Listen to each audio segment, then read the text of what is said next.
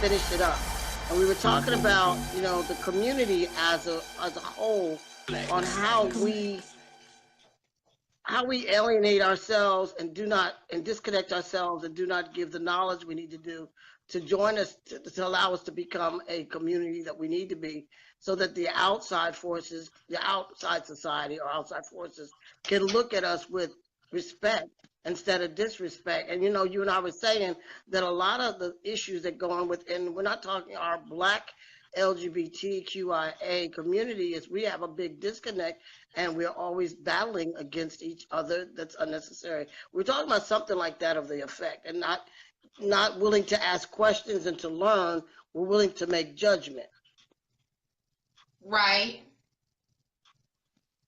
So you and I were talking about that because we were, you know, you and I always talk about concern for the community, concern of what can be done, what we cannot do. You know, it's just a big thing that you and I were talking about, and how we're so still stuck. Our gay and lesbian community is still stuck in the Black gay and lesbian. Not all, I'm not generalizing, but a lot are still stuck in old school gayness and old school lesbianism. And Right. that's a lot of the disconnect that we're having, you know, with our trans community not being well respected because they're not willing to learn about who we are and where we're coming from. You know, you and I were talking about pronouns too, because I'm really grasping that now. But you know, I come from a community that just says, well, you know, we don't use it. It is what it is. But you know, we've got to come Right. for change. You and I were talking about how our Black community as a whole under the umbrella has to go for change. It can't just be the trans community going with the change. It's got to be the whole complete Black community. I mean, that was something Exactly. that you and I were discussing. Exactly. And you know, like I said before, we have it's gonna be a task, and Right, it's gonna be a very big task to get our community to come together as a group and right, understand where each other is coming from without all the animosity, without all the shade, and right, you know what I'm saying? So because I know a lot of the society and the LGBT community, they have grown up different than others. So you can't right, blame them. But I'm gonna say where you come from, where right, I come from, we've come from a respectable environment. right, So, right. you know, I can Our totally understand experiences, where you're coming from. yeah, because our experiences are different. I think our concern, you and I were talking about, was how our Black lesbian, not all, we're not trying to generalize all, if anybody's watching this, but how we are so stuck and not willing to go towards change for the future of a community. We're still stuck in who we are as a Black community in under the umbrella. And you know, I will say this: there's many people that don't feel there's a need to use pronouns. But when you get a stud for stud, you know, you get a stud that does not mind being called she or doesn't mind being called he. You know, somebody just wants to be correct, because there's some studs that want to be called he 24/7. So that's disrespect if someone says, well, you know, that's how they want to be represented. So I'm just going to say she. And the first thing that stud will do is grab their hand down your throat and let you know, cut off your throat. You know, you don't call me that. I'm a he. So, you know, it's just trying to be respectful. And our Black LGBT community needs to understand that we need to become respectful towards each other. That's why we have such a disconnect with our gay and lesbian community when it comes to the trans community. If you ever notice, you know, we're slowly, as a trans community, Black and people of brown color, brown tone, melatonin, we're slowly getting it together now, because we only have each other. It's like you and I have been friends for a long time, you know, and Right. we've had our past and future, and we're friends to this day. Despite what we've been through, we're still friends. And I think that's what's happening now is that we're realizing, myself as a trans man, that there's a lot of disrespect coming from the gay and lesbian community, the black community the most. And I have no other choice than to stand next to my sisters like yourself and defend them and defend my brothers that are trans as well, because we are so disrespected by our own. In the worst way. Right. I hate to hear, I hate to hear a black lesbian or a black gay man or even a cisgender black man or woman turn around and say, well, Exactly. he's still a she or she's still a he. That's disrespect. That's Right. disrespect. But within our own community, we have to learn to address each other as change is coming. We don't want to deal with change because it means that it's like we're stepping outside of our roots. We're not stepping outside our roots. What we're doing is carrying forward. But I may be wrong. That's just how I feel. I might be just carrying forward. That I can totally agree with So, you, because okay, and this live, I know most of the people that are watching. Hey Retta, how you doing? I miss you too, boo. Most of the people that are watching that's on my timeline, they're not gonna understand, because most of these people are heterosexual. But right. what I'm saying, the trans community cannot, it's impossible to get ourselves how can I say it? To confuse ourselves with the pronouns because we are automatically the way we are. We show ourselves to the society as such. So that's automatic feedback from society that how we carry ourselves and how we look in our appearance is what they see and how they address us. So me per se, my opinion, I don't see that the trans community get that type of issue. Right. But I mean, we get disrespected. I mean, sometimes we can get respected by each other, because sometimes you have trans women that will actually say things rudely towards trans men and say he ain't nothing but a she. But then you have trans men turn around and say the same thing to a trans woman, she ain't nothing but a he. But a lot of times that's in a heated discussion, or sometimes it's out of ignorance or disrespect. But we're slowly learning to gain that respect towards each other, because we're not getting it from our own gay or lesbian community in the black community. We're not getting it from our own black community in general. We're not getting it. I mean, they're slowly coming around, but it's taking time. I'm not saying it's going to happen overnight. I'm not wishing for it to happen overnight. I'm wishing for us to slowly grow into what change is. The one thing about our community as a whole, we just don't adapt to change very well. If it's outside of the norm of what we know, then if I got to change, why do I got to change is the first thing we ask. And sometimes change is good. Right. I totally agree. And I honestly think that the trans community their lives has always been about change. And I know I probably mentioned that previously in our other conversations, but it's true, because our whole life is change. And ever since we were born, it's been a blooming, it's like a bud that is transforming into a flower. And nothing but change. Now we've been through our journey, you know what I'm saying, as a trans individual. But we've come to grow, and we've come to learn throughout our journey who we are inside and out. And so I don't see how we can confuse people on who we are.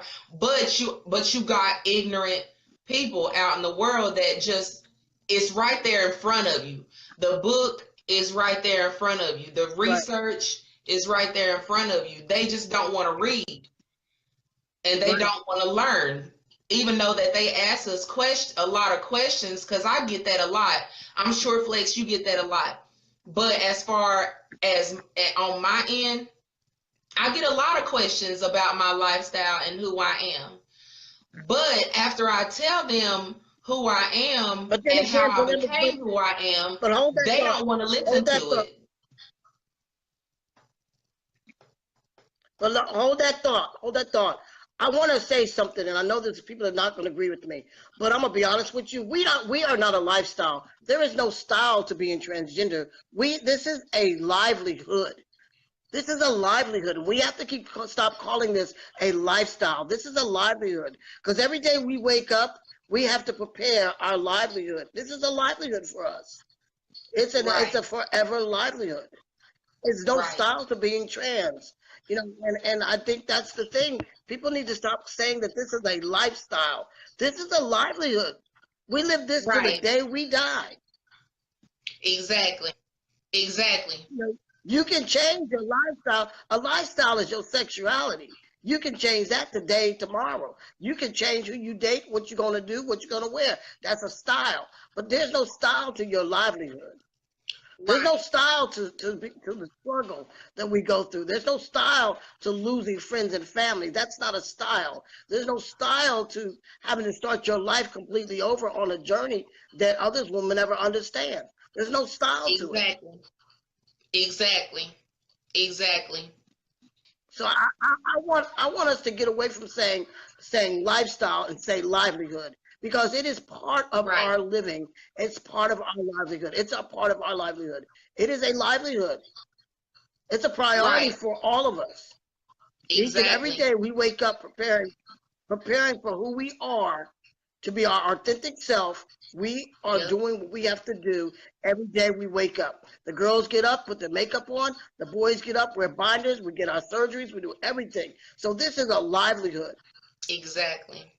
You know, it's like you, not to pick on you. You got that whole pizza. That's some money you had to spend for that pizza for your hunger, which you have all the time. And when you're on no moans, you get hungry. So that's a livelihood. You got to learn how to feed yourself. Or cook, do something. But I'm just saying that it's not.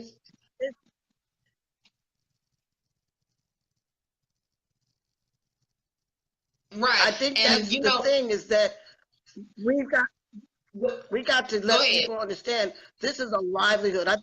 I think if people say this is a livelihood, we will be looked at a little different. I'm not saying 100%. I'm not saying 5%, maybe 2%. But we will be looked at differently than a lifestyle, because people believe this is a phase. This is something you can come in and go out. Yes, we have trans men and trans women that decide that they no longer want to further transition. That's their choice. That's their decision. But out of the amount of people that have transitioned, the numbers are low with people that decide they don't want to further transition. Right. I think that people that are, you know, heterosexual, they can relate to, it's similar to our livelihood and theirs. It's the same way. We're just living, we are just living our lives in truth. And and so people, and it's a learning thing. It's a constant learning experience. Because every day we wake up and and like you said, we prepare ourselves for the outcome of the day. It could be positive, it could be negative. It depends on the people that you associate yourself with and who you be around. And I feel, to me, telling the trans community this, put yourself in a state, hang with people that accept you for who you are. And hang around positive people. I've learned that since I've been here in South Carolina, to hang around, associate with people like myself, and hang around groups that are very positive thinkers and has that energy, that positive feedback. You know, I can't, back then, you know, I hung with a lot of people. I had a lot of friends, but I had so many friends that I couldn't tell who was there for me and who wasn't. So, you know, I'm here now to tell everyone, you know, that is very important to the trans community, to pick and choose your people wisely. It makes a big difference, a huge difference. It does. Because a lot of people are just, if you're popular in the community, or they just want to be under your wing. But if you are who you are, you need to find true people that will respect you for who you are and respect you as a person. And maybe that's why many of us are very much keep to ourselves, because our circle is always going to be small based on who we're dealing with. And my circle is small. I socialize a lot, you know that, but my circle is very small. You know, my front door does not open for everyone. So, you know, and a lot of that is for safety reasons, because we can't just be out there and allowing ourselves to be vulnerable to unsafe situations, because a lot of people can out us or say things towards us or against, you know, to put us in a situation that's not safe for us as individuals. Right. You know? And even the girls teach me things. You know, in the past few years, the girls have taught me a lot. You know, a lot of the trans women have taught me some things as well. So that's why I look at how they handle themselves being safe and versus how we, the trans men, handle ourselves being safe. You know, because we're the invisible men. We blend in with society. So, you know, I think a lot of us have to learn to keep the safe company that we have, be safe about where we are, and make sure that we 100% don't rely on anybody taking care of our security of our own well-being. That's the number one thing I tell a lot of people. You know, but we as a community, we really have to really buckle down as a Black LGBT community and learn what non-binary, binary, you know, gender conforming, all those words, we really need to learn those and really terminology and understand it. And I think, you know, it's hard to get Black people to get educated when they get old. I'm just being honest with you. But, you know, I'm looking at the young Black LGBT. The young Black LGBTs got this whole terminology thing under wraps. They are really, really learning it and going forward. But then the generation from, I say, 30 and over, they don't even care. They don't. It's like it's not about me. It is about you. It's about your community. You're in it. Right. You're in it. You know, when I met you, you know, there were some things that you taught me that I was like, wow, okay, maybe I need to jump on the bandwagon with this. You know, we learn from each other. And that's the key. That's the thing. If you can't have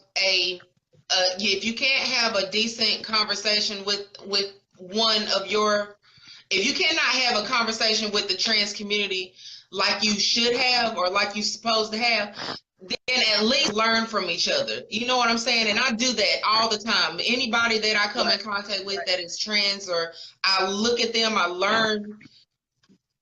I'm always open to learn. Always. Right. I think that's what life is about. And I'm going to ask everybody. Right. And I want everybody right now that's listening, please hit your share button and share this with everyone, because this is something that my friend and myself have had long discussion. And sometimes we just decided to get on conversation, and she was on live, so I just popped on.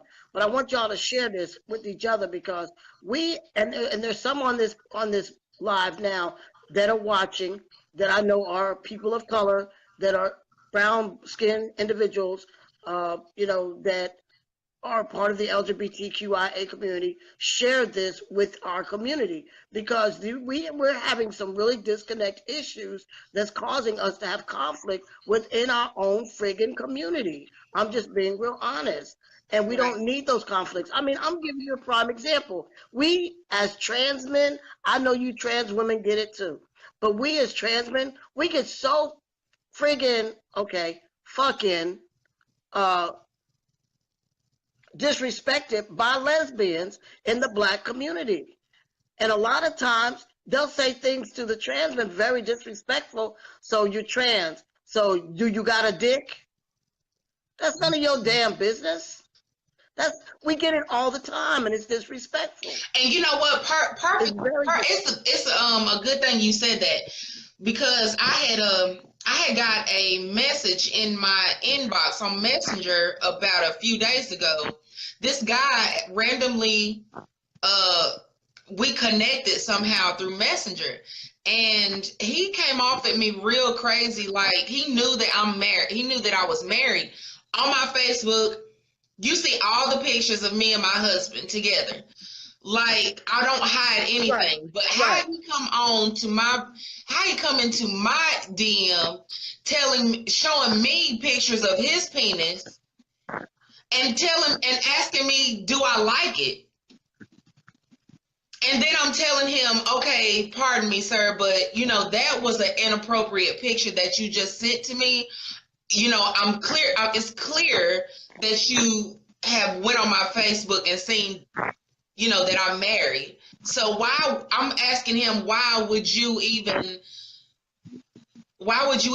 send me a picture like that? So, he asking me, so that means you don't like it. And I'm like, no, I do not. Like, what's wrong with you? But so let me ask you a question. Was he aware that you were what I'm saying, the point of what the moral of the story is trans women go through that on daily basis. Trans women, you go through that day-to-day basis. There's men out there that do not have respect whatsoever. They see you're in a relationship, or they see that you're engaged, or they see this, they see that, and they still want to come out and show you their private parts. For what? Like, but you know what? Let me say this to you. Before I was the trans. Right, but let me say this. Before I was the trans man I am today, when I was a female body, I get that a lot too back in my day. And I just think it's men in general, they do that because they think that penis is the thing. I don't know, but I don't know what to say about that. I think that's just something that men just naturally do. And you being the woman that you are, like many trans women I know, you are beyond the work of what the old trans women look like. You all are so living with comfort without conflict, aka passing, for those that don't know. You are living with comfort without conflict, that you are, girl, nobody would know looking at you. No one would looking at me would know I was trans. So automatically he looking at you like, oh, banging, okay, this is what I need. But men have been doing that disrespectfully to women. And I can tell you that before I transitioned, I was getting men walking up to me when I was married back in my day. Oh, you're a beautiful woman. You this, you that. And my husband is standing beside me. And then I'm like, yeah, he thinks so. Well, you a lucky dude. He then turn around and say, well, when you and him break up, you give me a call. And gave me a card. Men are disrespectful. You know what? I think that's the difference in the issues that we have in our community as far as comparison to a trans woman and a trans man. That's one difference that you guys do not have. But we had it before you did. Before we became the men we are today, we had that problem when we were female body. Don't nobody tell you a lie. Even if they were a stud before they transitioned, they had men that challenged them to have sex with them and shit like that. So I'm saying, that's just how men are with women. They're foul. That's how men are. That's how they are. And the bad thing about it is more undercover with the white boys online, and the brothers are doing it online, but white boys won't do it in your face. You know what I'm saying? But the brothers are doing it in your face. They don't even care. They don't even care. So I'm just saying, it's just how men are. I'm not generalizing all men, but that's how a lot of men are. They have not been taught how to approach someone in a respectful manner. And that's a problem that we have in all communities, a lot of people, it's based on how you're raised. If you're raised a certain way and you taught and you learned, and you had set by example individuals that set by example, then you may not be that individual that may do that. You know, but if Right. you've dealt with twats all day long, you know, you're dealing with twats or girls that just throw themselves around, then then I'm talking about cis or trans women, then you're gonna approach people with disrespect no matter what, because you think everybody falls under that twat category. Or it's just Right. like me being older and mature. A lot of people think I'm trying to be a sugar daddy. Hell no, ain't nobody's damn sugar daddy. I am nobody's sugar daddy. But a lot of the young girls I'm attracted to, they think I'm trying to be their Mac daddy. No, I'm just flex. I'm just flex. Because you know, and I know. Now, we're going to make this live. We're going to make it known. When you and I dated, because see, nobody know that business, and we're going to put it out there right now. When you and I dated, somebody made a comment that you was looking at me like a sugar daddy.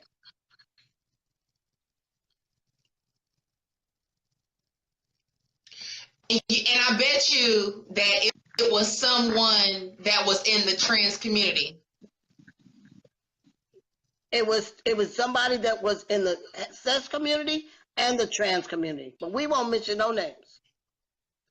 It was several. So, let's put it was several. And you know what? I'm glad that you said that, because and I told you this. I have friends back then and who I dealt with. They were in my face as a friend, but they were them type of friends that every time I turned my back, they talked smack shit about me. Sure. Even my closest friends. That's right. And you and I always say, would. Right. And the thing about you and I is, but we when we dated, nobody even knew it, and the lies were out there being told, and they didn't even know we was dating. But we're gonna leave that alone right now. We talk about it another day. Because I'm gonna say that, and I'm gonna say this, like, a lot of the people that were friends with me were jealous because I was the one that was always in a relationship. You know, I always had somebody. I never went out, and I wasn't like, I wasn't selling myself or escorting, doing like what other what the other women were doing. Right. So I mean, it was more of an envy toward me.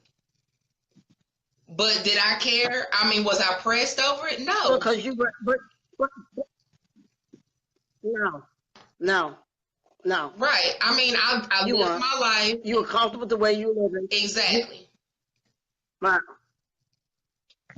Right. And so that's the whole thing, is that, you know, you and I, you know, we've been friends for a long time and everything.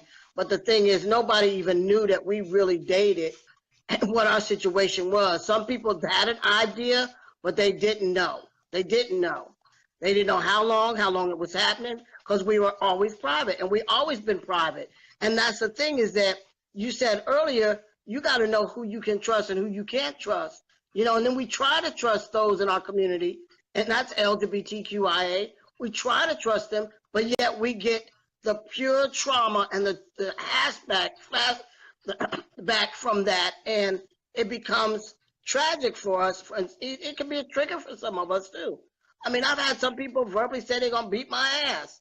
Okay, but don't you know, we already come from a community that's been harassed and bullied and everything else, and I'm quite sure some people that have said that have probably been bullied themselves. So why would you lay that on someone else as well? It makes no sense for me, but who am I? I'm just flesh. Because that's what they are used to. The trans community are used to going through school, being bullied all their life, you know, tell other people telling them that they were never amount to anything in life. And that's what upsets me about my people, about my community, because we are actually showing them that we actually are not worth anything. You know what I'm saying? Especially, I'm gonna say this. I'm gonna say this for the trans women. It's very sad to see my women escorting, because it makes us all look bad.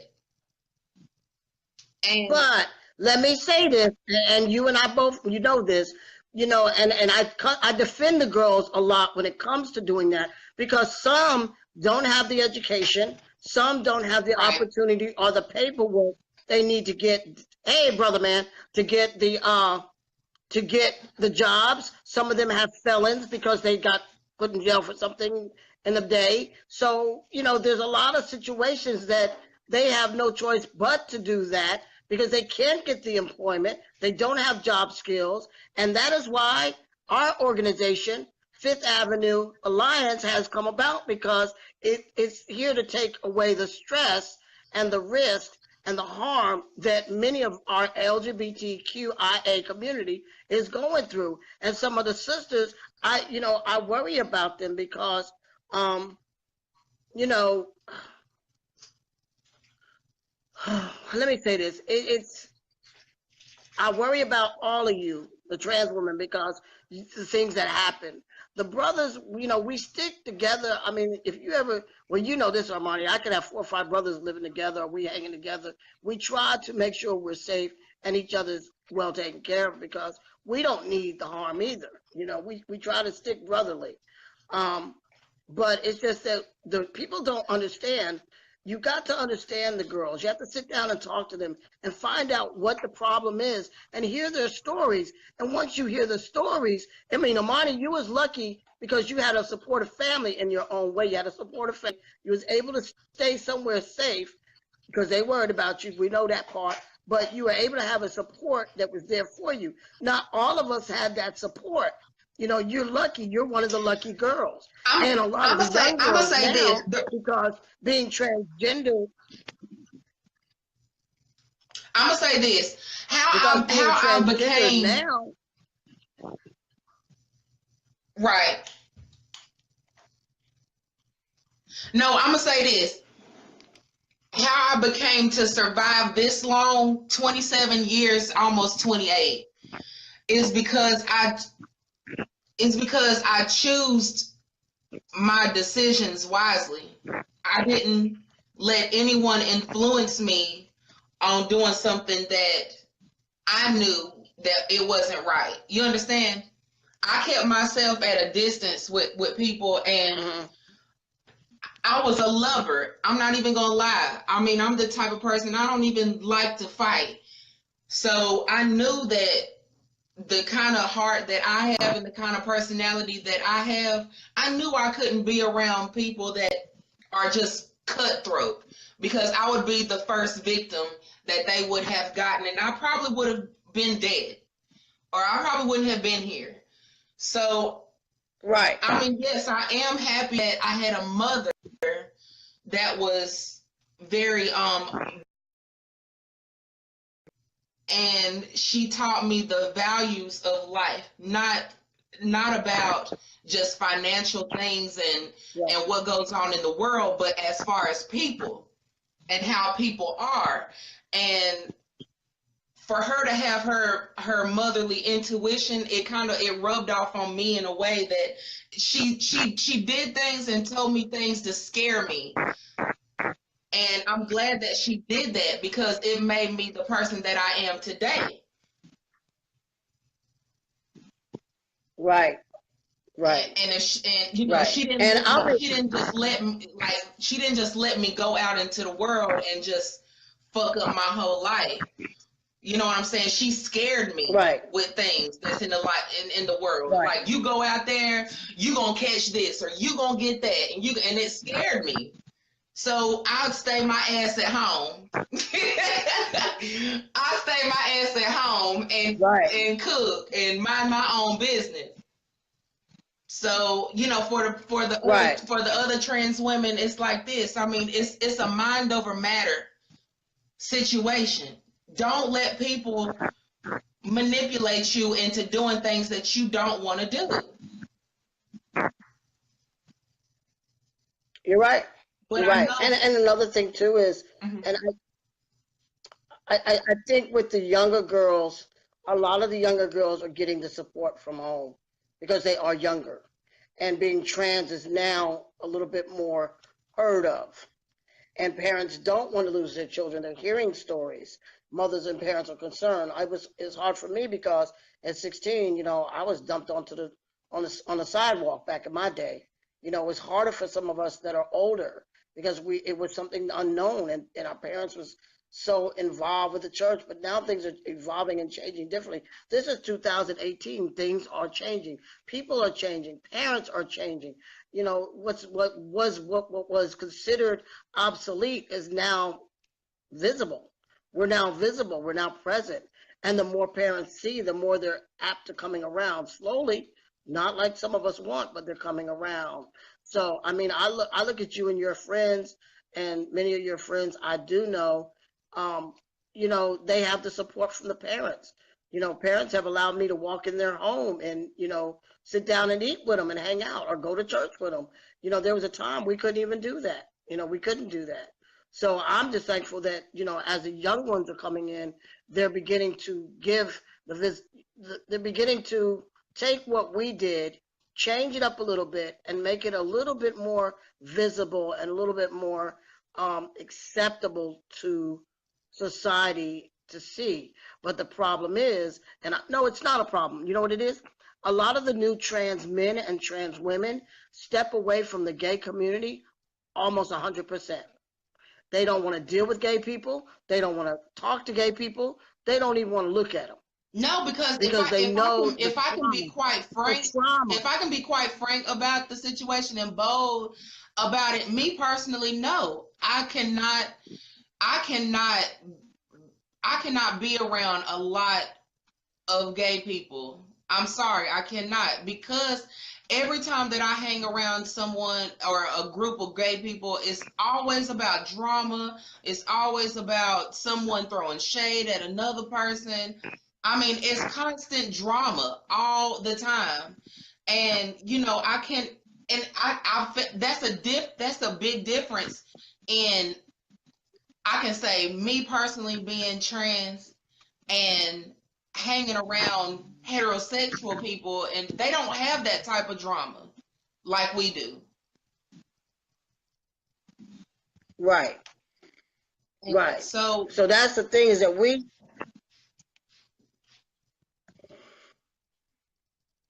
I think we just need to, and I'm going to say this, and I'm going to say this, and it seems so rude, we're going to have to make sure that our gay, lesbian community, Black community, is given information and teaching them, because somebody made a comment to me not too long ago.